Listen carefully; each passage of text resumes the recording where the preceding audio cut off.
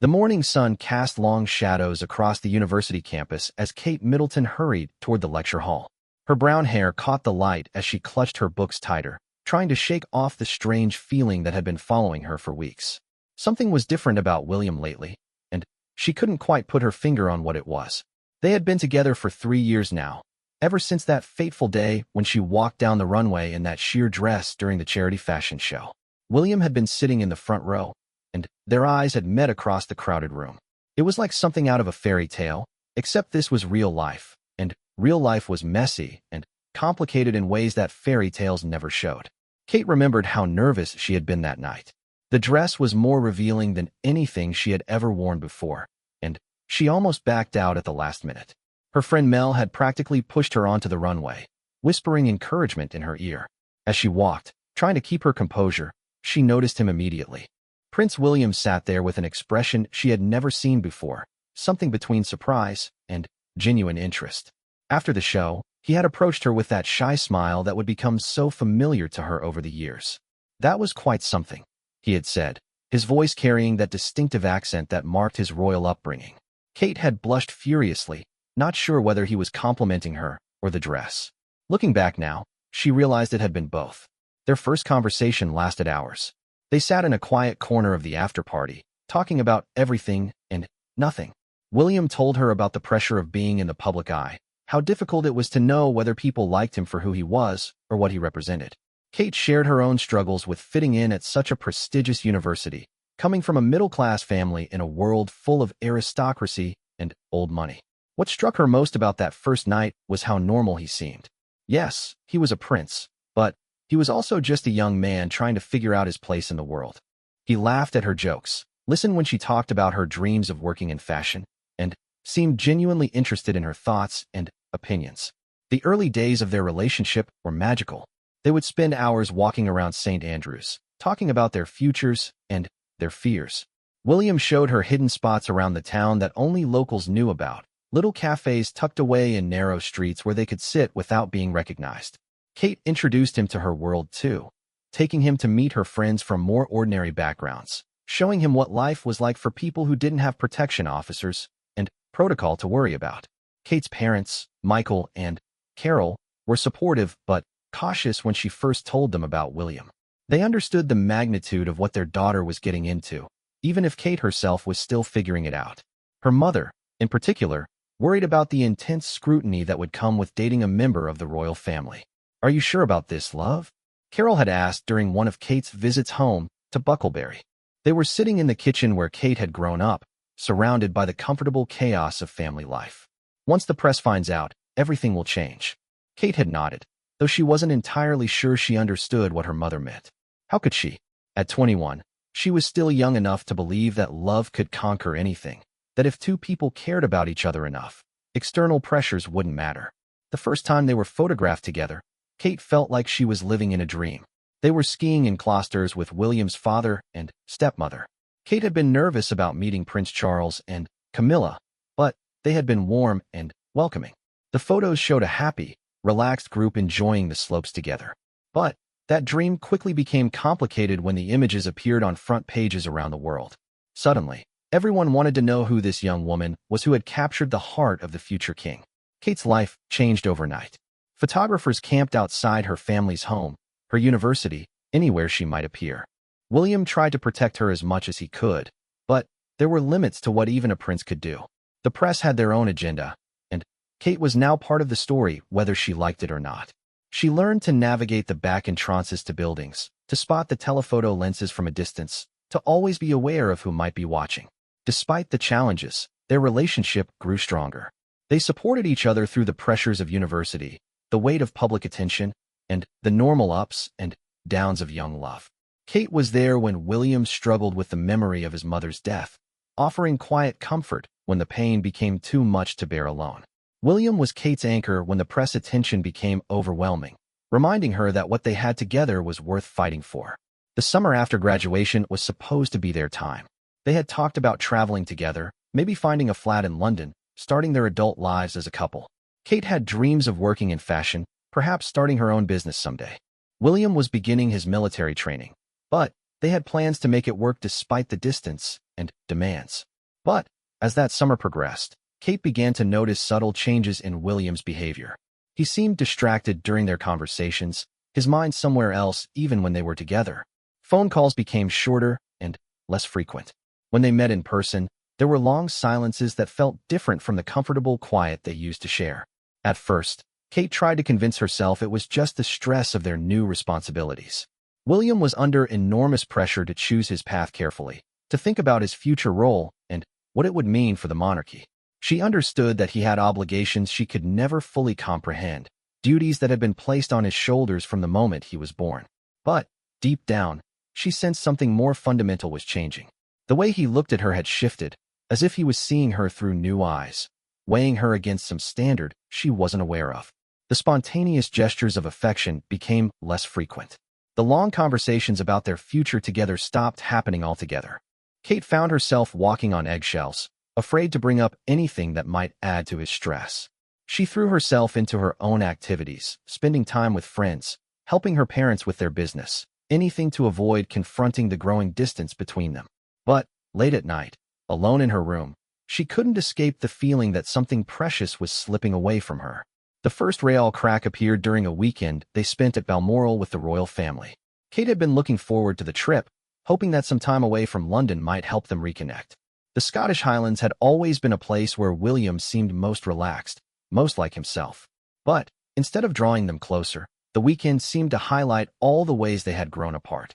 William was polite, but distant, going through the motions of being a good boyfriend without the warmth and connection that had once made everything feel effortless. Kate tried to engage with the other guests, to show that she belonged in this world, but she felt like she was performing a role rather than being herself. The most painful moment came during a walk they took alone through the grounds. Kate had hoped this would be their chance to talk, to address whatever was happening between them. But William seemed lost in his own thoughts, barely acknowledging her presence beside him. When she tried to take his hand, he didn't pull away, but there was no response, no squeeze of recognition or affection. That night, lying in the narrow single bed in the guest room she had been assigned, Kate stared at the ceiling and tried to make sense of what was happening. She replayed every conversation, every gesture, looking for clues about when things had started to change. Was it something she had done? Something she had failed to do? Or was it simply that William was realizing the weight of what a future with her would mean? The questions swirled in her mind until dawn broke over the Scottish mountains, and she knew with a certainty that felt like a physical ache that their relationship was in serious trouble. The boy who had looked at her with such wonder and affection during that fashion show seemed to be disappearing, replaced by someone who was already learning to live without her. When they returned to London, things didn't improve. If anything, the distance between them became more pronounced. William's schedule seemed to be constantly full, leaving little time for the kind of spontaneous moments that had once defined their relationship. Kate began to feel like she was competing for his attention with duties and obligations that would always take priority over her. She tried talking to her friends about what was happening, but how could she explain the unique pressures that came with dating a future king? Her university friends meant well, but their advice about normal relationship problems didn't apply to her situation. The isolation she felt was compounded by the fact that she couldn't really discuss her relationship with anyone outside her immediate family. Her sister Pippa noticed the change in her immediately. "You're not yourself lately," she said during one of Kate's visits home. "You seem like you're holding your breath all the time, waiting for something to happen." Kate wanted to deny it, but she couldn't. That was exactly how she felt, like she was suspended in a state of uncertainty, unable to move forward or back. The future that had once seemed so clear and bright now felt impossibly cloudy, full of questions she didn't know how to ask, much less answer. The breaking point came on an ordinary Tuesday evening in early December. William had called to cancel dinner plans they had made weeks earlier, citing a last-minute obligation he couldn't avoid. It wasn't the first time this had happened, but something about the casual way he delivered the news, as if her time and feelings were afterthoughts, finally pushed Kate to her limit. "We need to talk," she said, her voice steadier than she felt. "Really talk, not just these surface conversations we've been having." There was a long pause on the other end of the line, and Kate could practically hear William weighing his options. Finally, he agreed to meet her the next evening at a quiet restaurant they had gone to early in their relationship, a place that held good memories for both of them. Kate spent the entire next day preparing for what she knew might be the most important conversation of her life. She wanted to fight for their relationship, to find a way back to the connection they had shared. But she also knew that she couldn't continue living in this state of uncertainty, always wondering where she stood with the person she loved most. As she got ready that evening, Kate looked at herself in the mirror and tried to see what William saw. Was she still the girl who had captured his attention on that runway 3 years ago? Or had she somehow failed to grow into the woman he needed her to be? The questions hurt to consider, but she knew she needed to be prepared for any answer he might give her. The restaurant was exactly as she remembered it, small and intimate, with candles on every table casting warm shadows on the walls. William was already there when she arrived, sitting at their usual table in the back corner. He stood when he saw her, ever the gentleman, but the gesture felt formal rather than affectionate. They ordered their food and made small talk about their days, both of them avoiding the real reason they were there. Kate could see the tension in William's shoulders, the way he kept looking around the room as if searching for an escape route. Finally, she couldn't stand it anymore. "What's happening to us, William?" she asked, her voice quiet but direct. "I feel like we're strangers lately, like we're just going through the motions." William's eyes met hers for the first time all evening, and in them she saw a sadness that matched her own. For a moment, she thought he might deny that anything was wrong, might try to reassure her that everything was fine. But instead, he looked down at his hands and took a deep breath. "I've been thinking a lot about the future," he said slowly, each word carefully chosen. "About what my life is going to be like, what will be expected of me. And I'm not sure I'm being fair to you by asking you to be part of that." Kate felt her heart sink, but she forced herself to keep listening. This was what she had been afraid of, but she needed to hear it all. "The scrutiny, the pressure, the way your life would change if we continue down this path," William continued. "I've watched what it did to my mother, how it affected her. I don't want to put someone I care about through that unless I'm absolutely certain it's what we both want." "But shouldn't that be my choice to make?" Kate asked, her voice barely above a whisper. "Shouldn't I get to decide what I'm willing to risk for us?" William's expression was pained, and Kate could see that this conversation was as difficult for him as it was for her. "I thought it should be," he said. "But lately I've been wondering if I'm being selfish, if I'm asking too much of you without really understanding what that means." They sat in silence for a long moment, the weight of unspoken words hanging between them. Kate wanted to argue, to tell him that she was stronger than he thought, that their love was worth any sacrifice. But looking at his face, she realized that his mind was already made up. This wasn't really a discussion, it was him trying to let her down gently. The rest of the evening passed in a blur of polite conversation and careful silences. They talked about their families, their work, anything except the elephant in the room. When the check came, William insisted on paying, and Kate didn't argue. It felt like he was trying to take care of her one last time. Outside the restaurant, they stood on the sidewalk not quite knowing how to say goodbye. The December air was cold, and Kate pulled her coat tighter around her. William looked like he wanted to say something more, but the words wouldn't come. Finally, he stepped forward and pulled her into a hug. For just a moment, Kate allowed herself to melt into his embrace, to remember what it felt like to feel safe and loved in his arms. But then, he stepped back, and she could see in his eyes that this was goodbye, even if he couldn't bring himself to say the words. "Take care of yourself, Kate," he said, his voice thick with emotion. "You too," she managed to reply, though her throat felt tight with unshed tears. She watched him walk away, his tall figure disappearing into the London night, and knew that a chapter of her life was closing. The fairy tale romance that had begun with so much hope and promise was ending not with a dramatic confrontation or a bitter argument, but with the quiet recognition that sometimes love isn't enough to bridge the gap between two different worlds. Kate stood there for a long time after William disappeared from view, trying to process what had just happened. Part of her wanted to run after him, to fight for their relationship with everything she had. But another part of her, the part that had been growing stronger over the past few months, understood that this was probably for the best. She deserved someone who was certain about wanting her in their life, who wouldn't question whether she was worth the trouble that loving her might bring. As she finally turned to leave, Kate felt a strange mix of heartbreak and relief. The uncertainty that had been plaguing her for months was finally over. She knew where she stood, even if it wasn't where she had hoped to be. And while the pain of losing William was sharp and immediate, she also felt something else beginning to stir within her. a determination to rebuild her life and find her own path forward. The girl who had walked down that runway 3 years ago, nervous and uncertain but willing to take a chance, was still there inside her. She had been shaped by her relationship with William, changed by the experiences they had shared, but she was still fundamentally herself.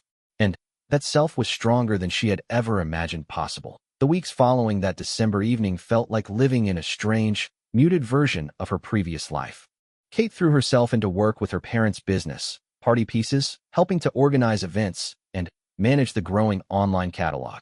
The routine gave her something to focus on besides the ache in her chest that seemed to follow her everywhere. Christmas came and went in a blur of family gatherings and forced smiles. Kate's parents were wonderful, never pushing her to talk about what had happened, but making it clear they were there if she needed them.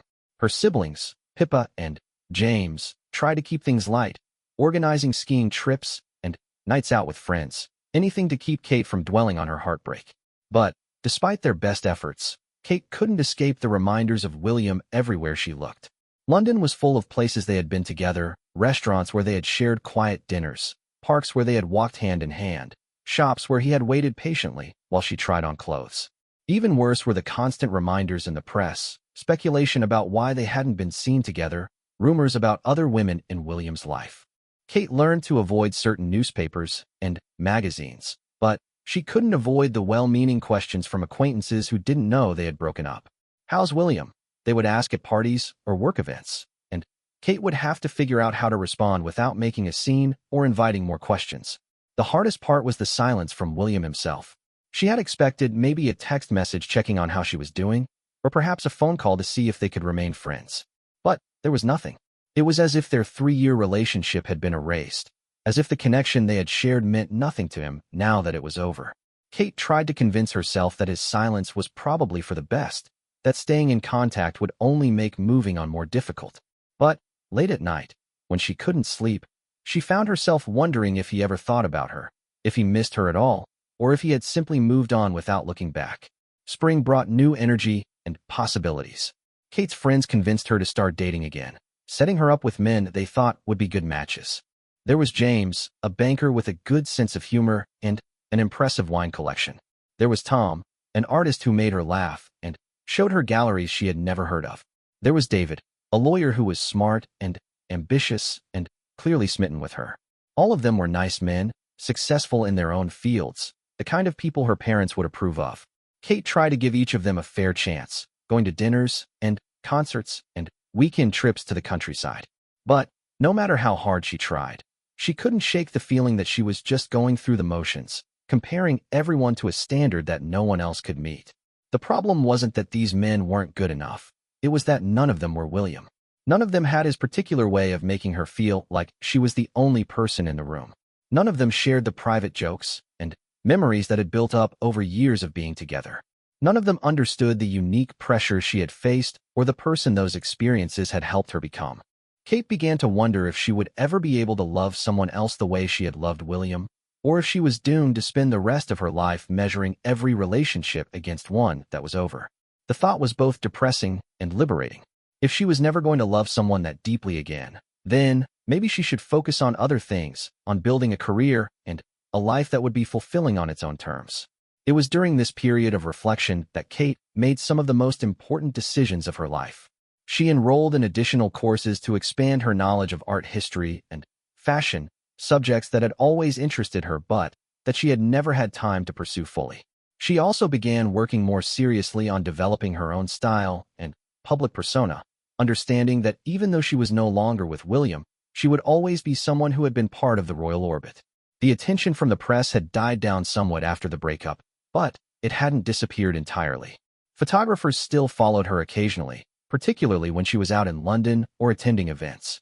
Kate learned to handle this attention with grace, developing a natural elegance that served her well in public situations. Her relationship with her family grew stronger during this time. Without the constant demands of royal protocol and public appearances, Kate could spend more time at home in Bucklebury, helping with her younger siblings and working alongside her parents. She rediscovered the simple pleasures of family dinners and weekend walks in the countryside, activities that had taken a backseat during her relationship with William. Summer arrived with its promise of new beginnings, and Kate found herself in a better place emotionally than she had been in months. She had started to believe that maybe she could build a good life without William, that the heartbreak that had seemed so devastating in December was beginning to heal into something more manageable. It was then, just when she was starting to feel like herself again, that she began hearing rumors about William wanting to reconcile. The first hint came from Marlborough, a mutual friend who mentioned casually at a party that William had been asking about her. He wanted to know how you were doing, Marlborough said, his tone carefully neutral. Seemed quite interested in the answer. Kate tried not to read too much into it. Of course William would be curious about how she was doing. They had been together for 3 years. It didn't necessarily mean anything more than normal human concern for someone who had once been important to him. But then, other friends started mentioning similar conversations. William, it seemed, was asking about her more frequently, wanting to know who she was dating, how she seemed, whether she was happy. The questions felt different from casual curiosity, more purposeful somehow, as if he was gathering information for a specific reason. Kate's heart began to race every time her phone rang, wondering if it might be him finally, reaching out. She found herself checking her email and text messages more frequently, looking for his name among the notifications. Part of her was angry at herself for caring, for allowing hope to creep back in when she had worked so hard to move forward. The call finally came on a rainy Thursday evening in late July. Kate was at home, reading in her pajamas and enjoying a quiet night in, when her phone rang with a number she recognized instantly despite having deleted it from her contacts months earlier. Her hand trembled slightly as she answered. "Hello, Kate? It's William." His voice sounded exactly the same, that familiar accent and cadence that had once been as familiar to her as her own heartbeat. "I hope it's okay that I'm calling." "Of course it's okay," she managed to say, though her mind was racing with questions and possibilities. They talked for over an hour, carefully at first, about safe topics like their families and work. But gradually the conversation deepened, and Kate found herself falling back into the easy intimacy that had always characterized their relationship. William told her about his military training, the challenges of adjusting to army life, the satisfaction of finally feeling like he was doing something meaningful with his life. Kate shared her own experiences of the past few months, her work with her family's business, the courses she had been taking, the way she had grown and changed since they had been apart. She was careful not to mention the other men she had dated, understanding instinctively that this wasn't the time for that conversation. As the call was ending, William's voice became more hesitant. "I've been thinking a lot lately," he said. "About us, about the mistakes I made. I wonder if maybe we could see each other sometime, just to talk." Kate's heart pounded as she considered her response. Part of her wanted to say yes immediately, to jump at the chance to see him again. But another part of her, the part that had learned to protect herself over the past few months, urged caution. "I think I'd like that," she said finally. "But, William, I need you to know that I'm not the same person I was when we broke up. I've changed, and my expectations have changed too." "I understand," he replied, and something in his voice suggested that he really did. "I've changed too, Kate. Maybe we could start fresh, see if there's still something worth building between us." They arranged to meet the following weekend, at a small pub outside of London where they were unlikely to be recognized. Kate spent the entire week leading up to the meeting trying to decide what to wear, how to act, what to say. She wanted to look good, but not like she was trying too hard. She wanted to be open to possibilities, but not vulnerable to the same kind of hurt she had experienced before. When the day arrived, Kate drove to the pub with her heart in her throat, unsure what to expect. She arrived a few minutes early and chose a table in a quiet corner where they could talk privately. When William walked in, scanning the room until his eyes found hers, Kate felt a jolt of recognition that was both thrilling and terrifying. He looked older, more serious somehow, as if the months apart had aged him in ways that went beyond just time passing. But when he smiled at her, that shy, genuine expression that had captured her heart 3 years earlier, Kate felt some of her carefully constructed defenses beginning to crumble. They talked for hours, sharing stories about their time apart, acknowledging the pain they had both felt, and slowly beginning to explore whether there might be a future for them together. William was different, more mature in his approach to their relationship, more aware of the sacrifices he was asking her to make. "I realize now that I was scared," he admitted as they nursed their second pint. "Not of you, but of what loving you meant for both of our lives. I thought I was protecting you by ending things, but I think I was really protecting myself." Kate appreciated his honesty, but she wasn't ready to make things easy for him. "You hurt me, William," she said quietly. "Not just by breaking up with me, but by the way you did it.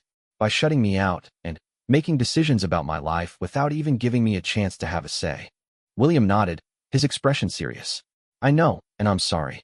I can't undo that. But I can promise that if you give me another chance, I'll never make that mistake again. Whatever challenges we face, we'll face them together." The conversation continued as they walked along the country roads surrounding the pub, the summer evening light casting long shadows across the fields. Kate found herself cautiously optimistic about the possibility of reconciling. But she was also determined to set boundaries that would protect her heart if things went wrong again. By the time they said goodbye that evening, they had agreed to take things slowly, to rebuild their relationship step by step, rather than trying to pick up where they had left off. It wasn't a dramatic reunion, but it felt more solid somehow, built on a more mature understanding of what they meant to each other and what they were willing to risk. The second phase of their relationship was different from the first in almost every way. They were more careful with each other, more intentional about communication, more aware of the external pressures that could drive them apart. William made a conscious effort to include Kate in his decision-making process, asking for her input on everything from weekend plans to career choices. Kate, for her part, was more confident in asserting her own needs and boundaries. She had learned during their time apart that she could survive without William, that she was strong enough to build a life on her own terms. This knowledge gave her a different kind of power in their relationship, the ability to choose to be with him rather than feeling like she needed to be with him. The press attention when they were first spotted together again was intense, but manageable. Kate had learned how to handle photographers and journalists during their time apart, and William was more protective of their privacy, more willing to use his influence to give them space to rebuild their relationship. Their families were supportive, but cautious, understanding that this second chance was precious and fragile. Kate's parents, in particular, were protective of their daughter, making it clear to William that they expected him to be more considerate of her feelings this time around. As autumn turned to winter, Kate and William settled into a new rhythm that felt both familiar and fresh. They spent weekends at country houses, taking long walks, and talking about their hopes for the future. They attended events together, presenting a united front to the world while still maintaining some mystery about the exact status of their relationship. The question of marriage hung unspoken between them, both of them aware that their relationship was moving toward a more permanent commitment, but neither wanting to rush into something before they were absolutely certain it was right. Kate, in particular, was determined not to put pressure on William about the timeline, having learned from their first breakup that his feelings about commitment couldn't be forced. But, despite her best efforts to remain patient, Kate couldn't help but wonder where their relationship was heading. She was approaching her 25th birthday, an age when many of her friends were getting engaged or married.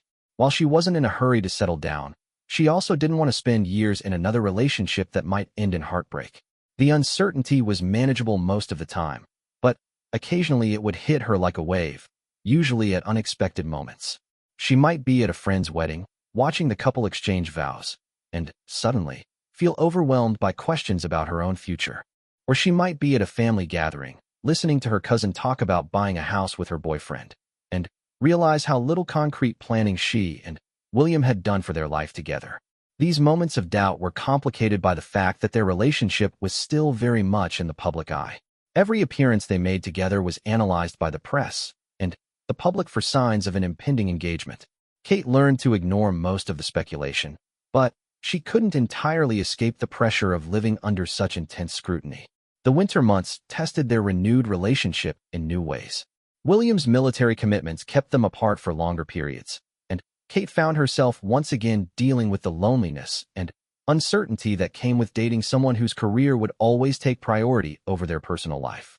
But this time, Kate was better equipped to handle the separation. She had built a stronger network of friends and interests outside of her relationship with William, and she was more confident in her own worth and independence. When William was away, she didn't spend her time waiting for his calls or counting the days until his return. Instead, she focused on her own projects and relationships, maintaining a life that was fulfilling on its own terms. This approach seemed to work well for both of them. William appreciated coming home to a girlfriend who was happy and fulfilled rather than resentful about his absence. Kate enjoyed the independence that came with not being entirely dependent on their relationship for her happiness and sense of purpose. As spring approached, and they marked the first anniversary of their reconciliation, Kate felt cautiously optimistic about their future. They had weathered the initial challenges of getting back together, learned to communicate better, and built a relationship that felt more equal and sustainable than their first attempt. But she also knew that bigger decisions were looming. William would soon be finishing his military training and choosing his next assignment.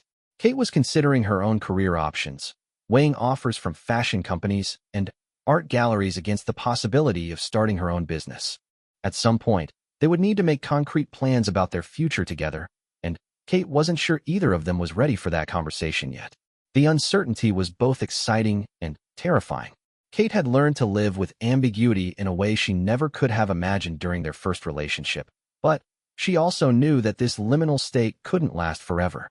Eventually, they would need to decide whether they were going to commit to building a life together or whether they were better off as friends who had loved each other deeply but couldn't make it work.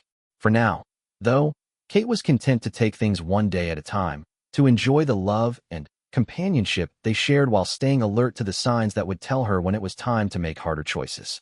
She had learned the painful lesson that love alone wasn't always enough, but she had also discovered her own strength and resilience. Whatever happened with William, she would be okay. And maybe, just maybe, that confidence would be enough to help them build something lasting together. The call that changed everything came on a Tuesday afternoon in April, while Kate was reorganizing the stockroom at Party Pieces. Her phone buzzed with William's ringtone, and she answered with flour in her hair and bubble wrap still clinging to her sweater. Kate. His voice was strange, formal in a way that immediately put her on alert. I need to see you. Tonight, if possible. Something in his tone made her stomach clench with familiar anxiety. Is everything all right? You sound.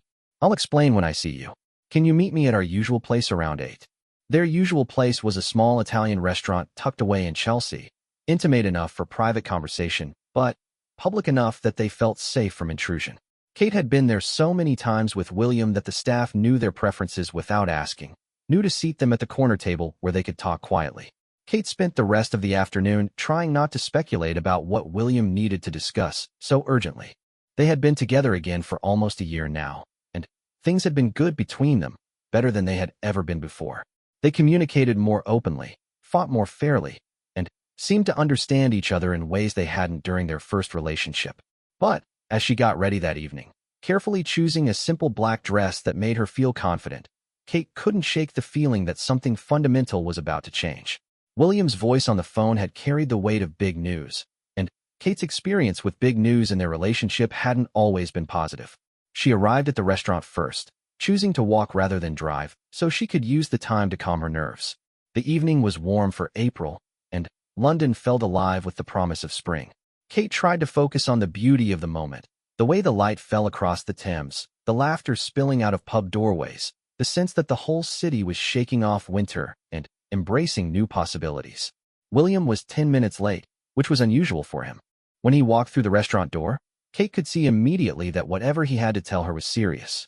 His face had that careful, controlled expression he wore when dealing with particularly difficult royal obligations, as if he was preparing himself for an unpleasant but necessary task. He kissed her cheek when he reached the table, a gesture so formal it felt like a stranger's greeting. Kate's heart began to race as he settled into his chair across from her, his movements precise and careful. You're scaring me, Kate said, reaching for his hand across the table. What's going on? William looked down at their joined hands for a long moment before meeting her eyes. I've been given a new assignment, he said quietly. It's what I've been working toward, what I've wanted. But it's going to change everything. Kate waited, her throat tight with anticipation. She could sense that whatever William was about to tell her would alter the trajectory of their relationship in ways she couldn't yet imagine. I'm being stationed in Wales, William continued. Anglesey specifically. It's a search and rescue position with the RAF. 18 months minimum, possibly longer. Kate felt a mix of emotions wash over her. Pride, because she knew how much William's military career meant to him, and how hard he had worked for this opportunity. Excitement, because this represented the kind of meaningful work he had always talked about wanting to do. And, underneath it all, a growing sense of dread as she began to understand the implications for their relationship. That's wonderful, she said, and meant it. You've wanted this kind of posting since you started training. I'm proud of you. William's expression softened slightly at her response, but the tension in his shoulders remained. Kate, we need to talk about what this means for us. Anglesey isn't London. It's remote, isolated. The work is demanding and unpredictable. I'll be on call at all hours, dealing with genuine emergencies where people's lives are at stake. Kate nodded, beginning to understand where this conversation was heading. And you don't think I can handle that kind of lifestyle? It's not about what you can handle, William said quickly. I know you're strong enough for anything. But I also know what I'm asking of you. To move to a place where you don't know anyone, where there aren't any opportunities for the kind of work you want to do, where you'd essentially be putting your life on hold to wait for mine to slow down enough to include you. The accusation stung because it carried an echo of their first breakup, when William had made decisions about what was best for her without giving her a choice in the matter. But, looking at his face, Kate could see that this wasn't the same situation. This time, William was struggling with the decision, clearly conflicted about what the right choice might be. What are you saying exactly? Kate asked, her voice steady despite the turmoil she felt inside. William ran his hands through his hair, a gesture she recognized as a sign of deep frustration. I don't know. That's the problem. I want to ask you to come with me, to build a life together in Wales. But I also wonder if that's selfish, if I'm asking you to sacrifice too much for a relationship that might not. He trailed off, unable or unwilling to finish the sentence. But Kate understood what he meant. Despite their reconciliation, despite the improvements they had made in their communication and understanding of each other, there were still no guarantees about their future. William still hadn't proposed, still hadn't made any concrete commitments about marriage or a permanent life together. So you want me to put my life on hold for a relationship that you're not even sure about, Kate said, her voice carefully neutral.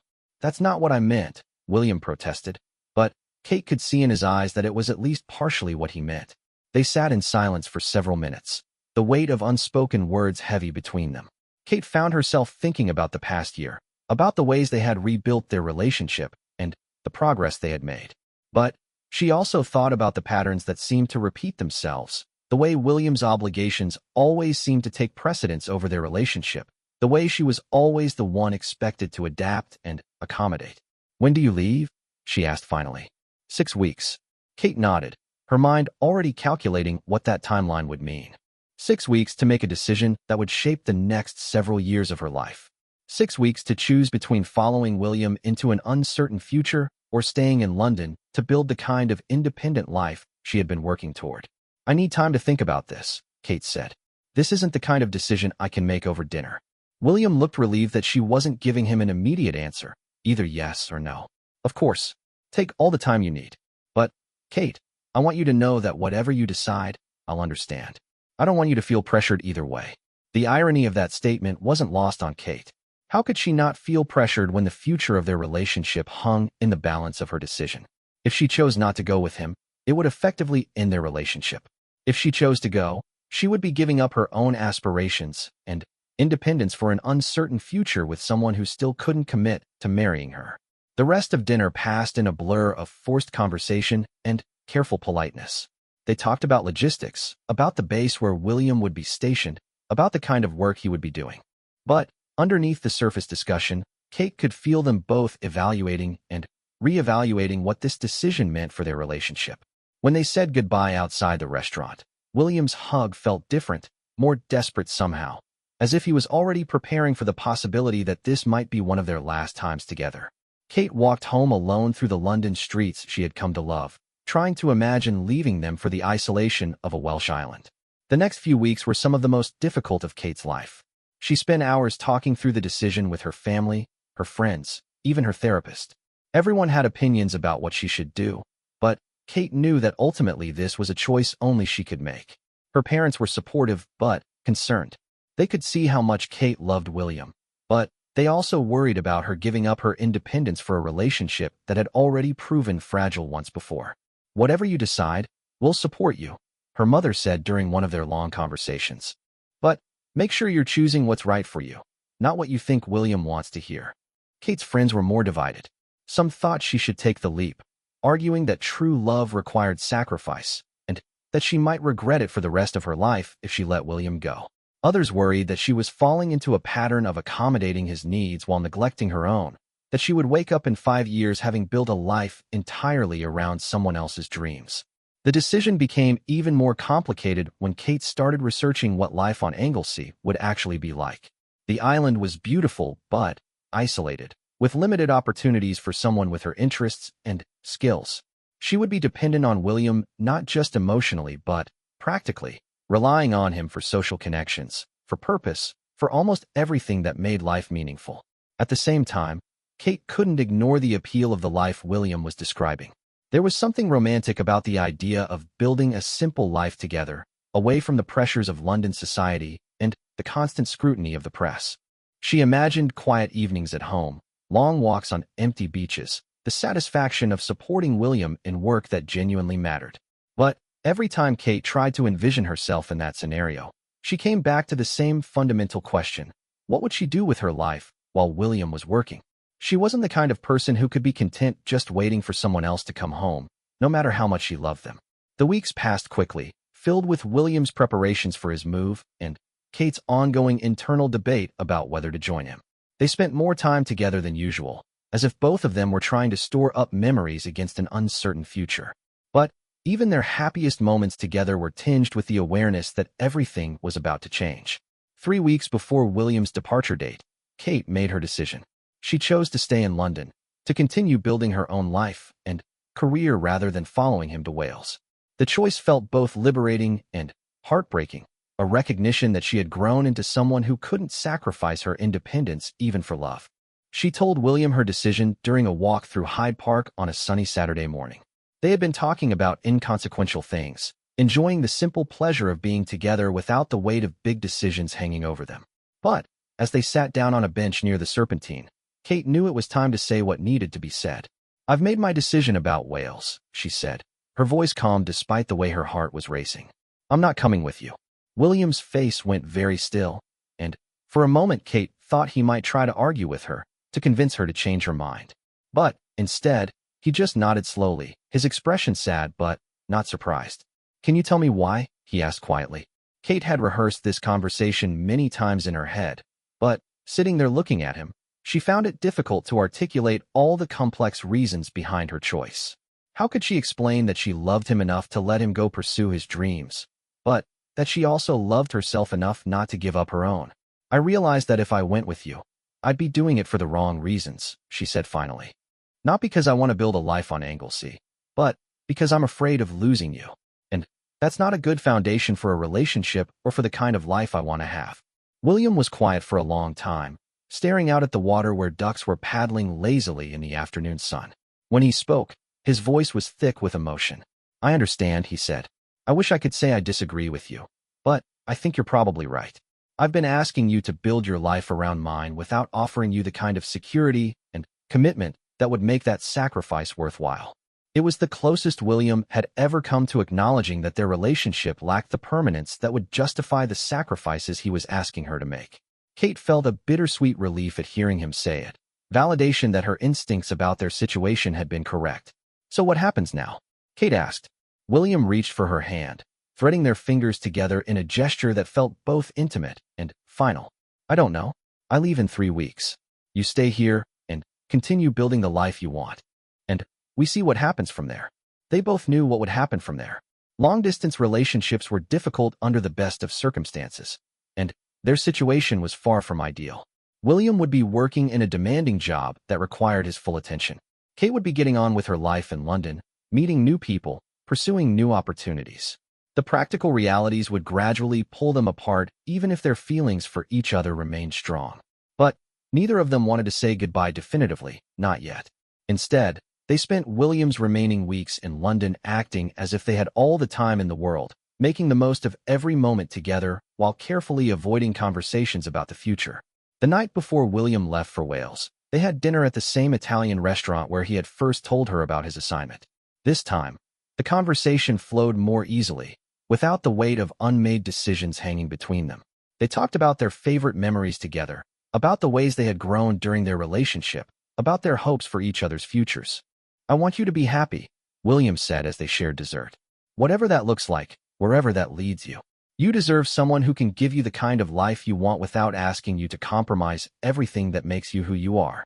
Kate felt tears pricking at her eyes, but she managed to keep her voice steady. I want the same for you. I want you to find work that fulfills you and eventually someone who can be the kind of partner you need for the life you're building. It was the closest they came to acknowledging that their romantic relationship was ending, but neither of them could bring themselves to say the words explicitly. Instead, they finished their wine and walked slowly back to Kate's apartment, both of them aware that this would likely be their last night together for a very long time. They made love that night with a tenderness and intensity that felt like both a celebration and a farewell. Kate tried to memorize everything about the moment, the feel of William's hands on her skin, the sound of his breathing, the way the moonlight fell across his face as he slept beside her. In the morning, they had coffee together in Kate's kitchen, reading the paper and making small talk about the weather and their plans for the day. It was so normal, so domestic, that for a moment Kate almost forgot that everything was about to change. But then, William looked at his watch and said he needed to go, and reality came crashing back. They said goodbye at Kate's front door, both of them trying to keep things light and casual even though their eyes were bright with unshed tears. William promised to call when he got settled in Wales. Kate promised to send him updates about her work and her family. They hugged for a long time, neither wanting to be the first to let go. Take care of yourself, William whispered against her hair. You too, Kate replied, her voice muffled against his shoulder. And then, he was gone, walking down the street with his duffel bag slung over his shoulder, disappearing around the corner without looking back. Kate stood in her doorway for a long time, watching the empty space where he had been, feeling the peculiar mix of grief and relief that comes with making a difficult but necessary choice. In the days that followed, Kate threw herself into her work and her social life with a determination that surprised even her. She accepted every invitation, took on new projects at party pieces, and began seriously exploring opportunities in the fashion and art worlds that she had been putting on hold during her relationship with William. The phone calls and text messages from Wales came regularly at first, then less frequently as both she and William got caught up in their new routines. Their conversations were friendly but careful, full of news about work and mutual friends, but lacking the intimacy that had once defined their relationship. Kate found that she didn't miss William as much as she had expected to. She missed the idea of him, the security of being in a relationship, the companionship and shared experiences.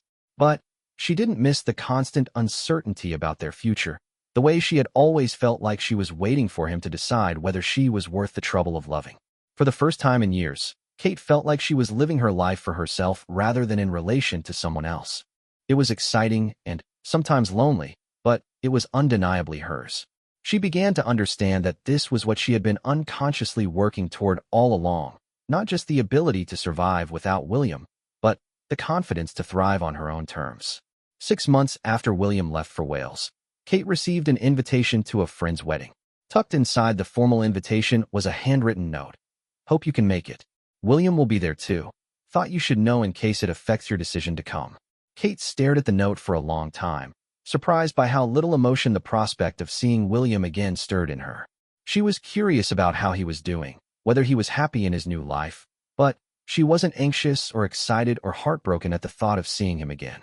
She decided to attend the wedding, choosing a dress that made her feel confident and beautiful, not for William but for herself. When the day arrived, she walked into the church with her head held high, genuinely looking forward to celebrating her friend's happiness. William was sitting 3 rows from the front, looking handsome in his morning coat, but somehow smaller than she remembered.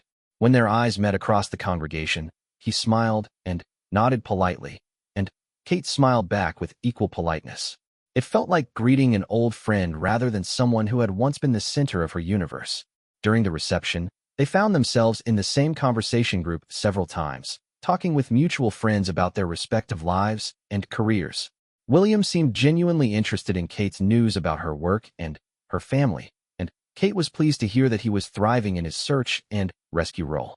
But there was no private conversation between them, no moment of intense eye contact or lingering touch that suggested unresolved feelings. As the evening wound down, Kate realized that she felt peaceful rather than sad about the distance between them. They had loved each other deeply, had shared experiences and memories that would always be part of who they were.